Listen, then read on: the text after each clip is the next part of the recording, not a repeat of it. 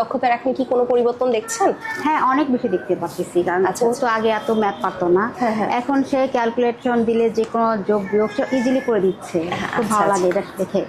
ওর আত্মবিশ্বাস অ্যাবাকাস করার মাধ্যমে ওর আত্মবিশ্বাসটা কতটুকু বৃদ্ধি পেয়েছে? আগের তুলনায় অনেকখানি মনে হয় পেয়েছে। আচ্ছা আচ্ছা, আপনার এই অ্যাবাকাস শেখানোর পেছনে শেখানোর সময় কি কোনো সমস্যা বা হচ্ছে চ্যালেঞ্জ মোকাবেলা করতে হয়েছিল কিনা ওর ক্ষেত্রে? না, প্রথমের দিকে হয়েছিল, এখন আর তেমন হয় না।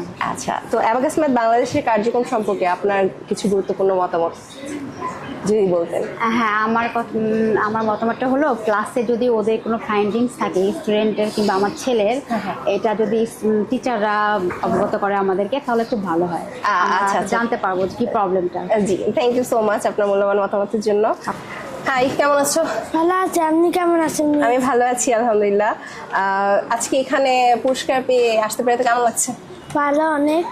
আচ্ছা, অ্যাবাকাসের গাণিতিক সমস্যার সমাধানের সময় তোমার কোন দক্ষতাটা বেশি বৃদ্ধি পেয়েছে? কোন জিনিসটা তুমি বেশি পারো এখন?